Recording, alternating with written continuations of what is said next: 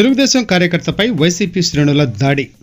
మండల కేంద్రమైన బట్టిప్రోలులో Telugu Desam party senior కార్యకర్త సుబ్బారావుపై బట్టిప్రోలు గ్రామానికి చెందిన 4 వ్యక్తులు మంగళవారం రాత్రి దాడి చేసినట్లు తెలుగుదేశం పార్టీ రాష్ట్ర కార్యదర్శి తూనుగుంట్ల సాయిబాబా తెలిపారు. ఈ సందర్భంగా ఆయన మాట్లాడుతూ సుబ్బారావును ప్రభుత్వ వైద్యశాలకు తరలించామన్నారు. ఈ మేరకు పోలీస్ స్టేషన్లో ఫిర్యాదు చేసినట్లు సాయిబాబా తెలిపారు. ఈ సమావేశంలో పలువురు తెలుగుదేశం పార్టీ మరియు జనసేన పార్టీ నాయకులు పాల్గొన్నారు. ప్రభుత్వం ఏర్పడినటువంటి 4వ తారీఖు రిజల్ట్స్లో స్పష్టమైన మెజారిటీతో రాష్ట్ర ప్రజలు తీర్పిచ్చారు. 9వ తారీఖున ముఖ్యమంత్రిగా ప్రమాణ స్వీకారం చేసి బాధ్యతలు చేపట్టింది. 12వ తారీఖు అక్కడి నుంచి చూస్తే 3 వ్యక్తుల్ని తెలుగుదేశం కార్యకర్తల్ని అతి దారుణంగా హత్య చేసినటువంటి సంఘటనలు వైసీపీ వాళ్ళు. అనంతపురం జిల్లా కావచ్చు, చిత్తూరు జిల్లా కావచ్చు, ఇట్లా అనేక చోట్ల చిన్న చిన్న గ్రామాల్లో కూడా ఈ దాడుల నేపథ్యం మారకుండా పోతా ఉంది. అధికార పార్టీలో ఉన్నావు అనుకునేటటువంటి ఆ మగత వైసీపీలో ఉన్నటువంటి ఈ నాయకులకి మగతలో నుంచి బయటకు రాలేదో, మరలా అయితే ఇంకా వాళ్ళ అధికారంలో ఉన్నాం అనేటటువంటి ఒక దర్పంతో ప్రవర్తిస్తున్నారో అర్థం కానిటువంటి పరిస్థితికి మరి ఈరోజు రాష్ట్రంలో కనిపిస్తూ ఉంది.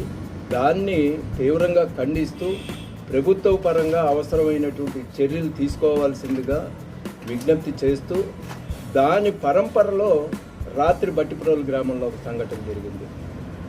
నిన్న జరిగినటువంటి సంఘటన ఏంటయ్యా అంటే, వీళ్ళు ఎప్పుడో అధికార పార్టీలో ఉన్నటువంటి రోజుల్లో నుంచే ఒక పన్నాగం ప్రకారం మాకు సంబంధించినటువంటి కార్యకర్తల్ని కొంతమందిని టార్గెట్ చేసి పెట్టుకున్నటువంటి విషయం అందరికీ తెలుసు. 10 గంటల సుమారుగా ఆ ప్రాంతంలో పెద్దలంక సుబ్బారావు, ఇతను తెలుగుదేశం పార్టీలో దాదాపు ఒక 2 సంవత్సరాల క్రితం మొట్టమొదటిగా చేరింది వీళ్ళే. తెలుగుదేశం పార్టీలో శరత్ వాళ్ళ కుర్రవాళ్ళు వాళ్ళందరూ ఆ రోజు నుంచి పార్టీకి కమిటెడ్గా వర్క్ చేస్తున్నారు. పార్టీ కోసమే మా కార్యక్రమంలో పాల్గొంటూ నడుస్తూ ఉన్నారు. రాత్రి వైసీపీకి చెందినటువంటి కొల్లిపర పూర్ణచంద్రరావు ఎలియాస్ బుల్లబ్బాయ్, అతను ఈ సుబ్బారావుని ఇదే సెంటర్లో, సినిమా హాల్ సెంటర్లో నానా దుర్భాషలు ఆడటమే కాకుండా ఎదురు రొమ్ముల్లో పెట్టి గుద్ది కింద పడేశాడు. ఏంటి దీనికి పూర్వం ఎందుకు ఏం జరిగింది అని అంటే, వాస్తవంగా వీళ్ళందరూ తెలుగుదేశం పార్టీలో ఉంటే వాళ్ళు జీర్ణించుకోలేని పరిస్థితి. వాళ్ళు వైసీపీలో ఉన్నారు మొదటి నుంచి. దీన్ని ఏ రకంగా ఎక్కడ సమయం సందర్భం దొరుకుతుందా అని చెప్పని ఇన్నాళ్ళు ఎతికి దొరకని నేపథ్యంలో రాత్రి అదును చూసుకుని కొట్టడం జరిగింది. ఎందుకు కొట్టారు అని అంటే, బట్టిప్రోల్లో రజకులకి సంబంధించినటువంటి చెరువు ఒకటి గ్రామ పంచాయతీదే సంబంధించిన చెరువు. అది దాన్ని వార్షికంగా ఏం చేస్తామంటే ఆ రజక సంఘానికి లీజుకి ఇస్తాం. దాన్ని సాగు చేసుకుంటూ ఆ సంవత్సరం ప్రతి సంవత్సరం పంచాయతీకి కట్టాల్సినటువంటి కౌలు పంచాయతీకి కట్టుకుంటూ ఆ సంవత్సరం దాంట్లో వచ్చే ఫలసాయం లాభం కానీ నష్టం కానీ వాళ్ళ సంఘం తరఫున ఎవరో ఒక వ్యక్తికి ఇచ్చుకుని చేసుకుంటూ ఉండేది పరిపాటి. ఇవాళ కాదు, అనాదిగా పూర్వీకుల నుంచి వస్తున్నటువంటి సాంప్రదాయం. అయితే దాంట్లో ఏం జరిగింది, గత సంవత్సరం జరిగినటువంటి దాంట్లో సంఘ ప్రెసిడెంట్ ఇతను, రజక సంఘానికి బట్టిప్రోలుకి సంబంధించి రజక సంఘానికి ప్రెసిడెంట్గా ఉన్నటువంటి వ్యక్తి ఇతని పేరుతోనే ఆ సంఘం పేరుతో పంచాయతీలో డబ్బులు కట్టడం జరిగింది. కట్టి వేరే వాళ్ళకి లీజుకి ఇచ్చుకోవడం, ఆ వచ్చే ఫలసాయంలో ఏదో ప్రతి సంవత్సరం కూడా ఇంటికి 1 కిలో చేపలు ఇవ్వటం అనేది ఒక పరిపాటి ఉందంట గతం నుంచి. ఈ పట్టే టైంలో చేపలు పట్టే సమయంలో ఆ విషయంగా మరి గత సంవత్సరం పాడుకున్నటువంటి వ్యక్తి ఈ సంవత్సరం పాటల్లోపు కిలో చేపలు ఇవ్వాలి, ఎందుకు ఇవ్వలేదు అనేటటువంటి విషయం మీద నెగ్గదీసి మాట్లాడినటువంటి నేపథ్యంలో నువ్వెవడరా అసలు మమ్మల్ని, అతను సంఘ ప్రెసిడెంట్, అతను రజక సంఘానికి ప్రెసిడెంట్గా ఉన్నటువంటి వ్యక్తి రజక సంఘానికి సంబంధించిన సమస్య అడగటంలో తప్పే ఉంది. దీంతో అతను అడిగితే నువ్వెవడరా అడగటానికి అని చెప్పని ఎదురు రొమ్ముల్లో పెట్టి బుద్ధి కింద పడేయటం జరిగింది. సరే ఓర్చుకున్నాడు. మనం తొందరపడి ఇవాళ ఉన్న పరిస్థితులు మనం తొందరపడటం కరెక్ట్ కాదని ఓర్చుకుని లెగిసి పోలీస్ స్టేషన్కి వెళ్ళి కంప్లైంట్ ఇవ్వడానికి వెళ్తూ ఉంటే చెరువు మూల మీద 2 వ్యక్తులు ఎదురొచ్చి, ఎవరాళ్ళు, అది కోటేశ్వరరావు ఉంటాం అక్కడ, ఇంకొకటి ఏమన్నా హోటల్ సీన్ అని, వీళ్ళిద్దరూ బండి మీద ఎదురొచ్చి చెరువు మూల మీద పట్టుకుని కొట్టడం జరిగింది. ఇంతలోకి ఈయన వెనక వీళ్ళ కుర్రోళ్ళు స్టేషన్కి వెళ్తున్నారు పద అని చెప్పని వాళ్ళు వెనక బయలుదేరి వస్తూ ఉంటే స్టేషన్ మన పిహెచ్సి మూల మీద జరిగినటువంటి రెండవ సంఘటనలో వాళ్ళు ఇతను కొట్టడానికి వచ్చి రాడ్లు తీసుకొచ్చి ఇదంతా కూడా ఏంటంటే ఒక ప్లానింగ్ ప్రకారం జరిగిందేమో అనేది అనిపిస్తూ ఉంది. 8:30 సమయంలో పార్వతీ హాల్ దగ్గర మేమందరం కూర్చొని ఉంటే కొల్లిపార బుల్లబ్బాయి ఆయన వచ్చి కావాలని చెప్పి గొడవ పెట్టుకొని మీద చేసి కింద పడేసి కొట్టడం జరిగింది. దీని గురించి అంతకు గతంలో కూడా మా మీద ఆయనకి ఎన్నో కక్షలు ఉన్నాయి. ఇంటి మీద పోలీసుని పంపించి ఇంట్లో గన్నులు ఉన్నాయి, కత్తులు ఉన్నాయని చెప్పి దాడులు చేయించాడు.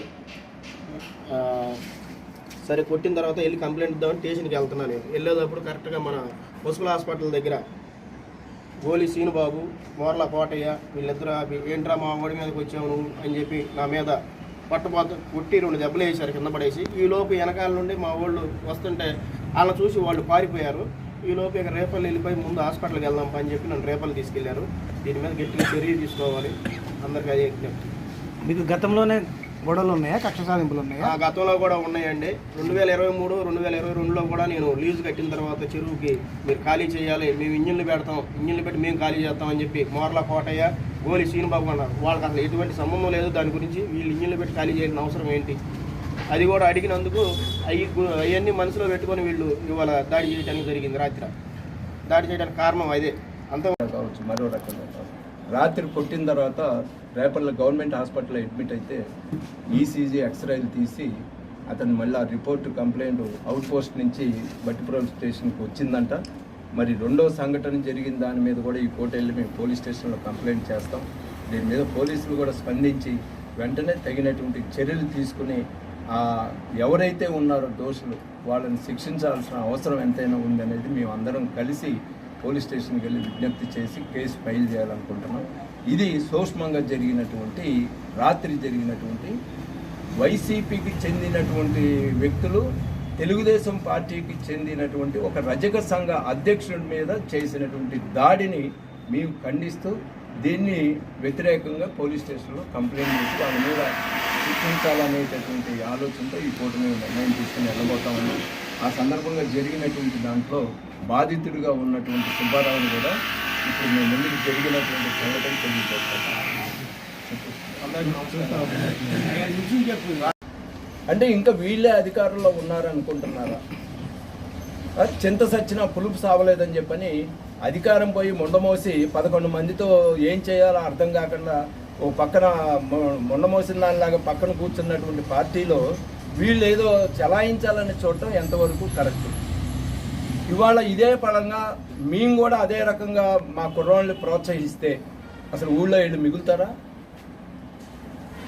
ఏం చూసుకుని వీళ్ళకి ఈ రకమైనటువంటి అహంకారం?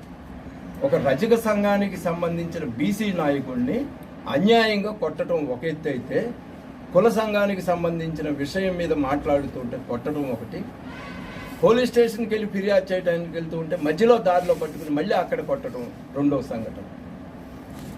అంటే ఇవాళ ఆయన్ని టార్గెట్ చేశారు, ఇంకా రేపు ఎవరిని ఏ రకంగా టార్గెట్ చేసి, అంటే వీళ్ళు అధికారంలో ఉన్నామనుకుంటున్నారా? ఇంకా ఏంటి దమనకాండ ఏంటి?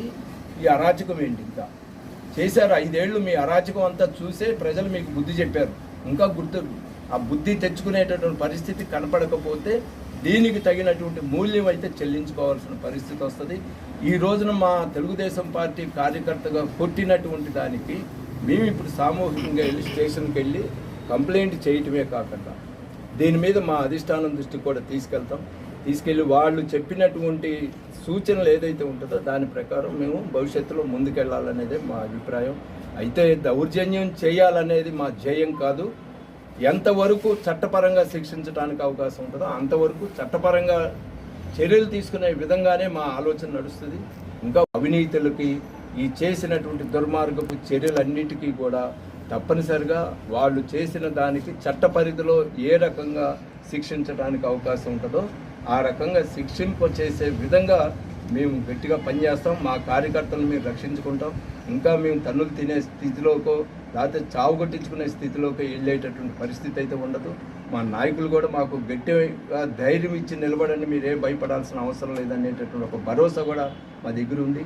అన్యాయంగా మేము వెళ్ళాం, అక్రమంగా మా మీదకి వస్తే వదిలిపెట్టేటటువంటి ప్రసక్తి అయితే ఉండదు. చట్టపరంగా